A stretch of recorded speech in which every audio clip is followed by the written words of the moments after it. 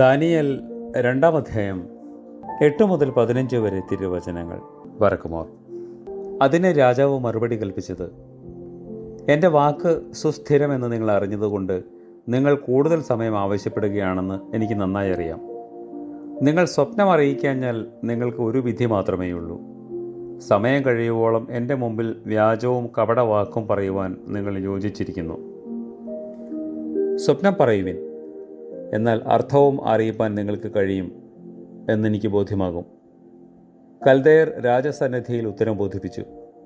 രാജാവിൻ്റെ കാര്യം അറിയിപ്പാൻ കഴിയുന്ന ഒരു മനുഷ്യനും ഭൂമിയിലില്ല.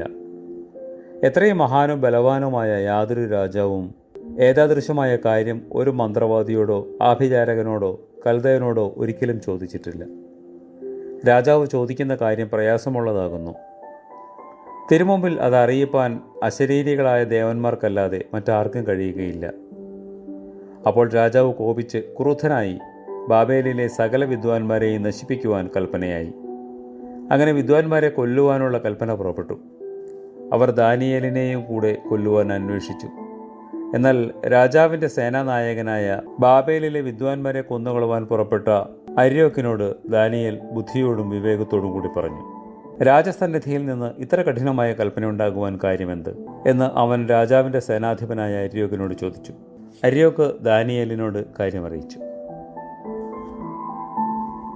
കാരുണ്യവാനായ ദൈവമേ, നിന്റെ തിരുമുമ്പിൽ നിന്ന് ഞങ്ങളെ തള്ളിക്കളയരുതേ. നിന്റെ പരിശുദ്ധാത്മാവിനെ ഞങ്ങളിൽ നിന്ന് എടുക്കുകയും വരുതേ. ആമേൻ.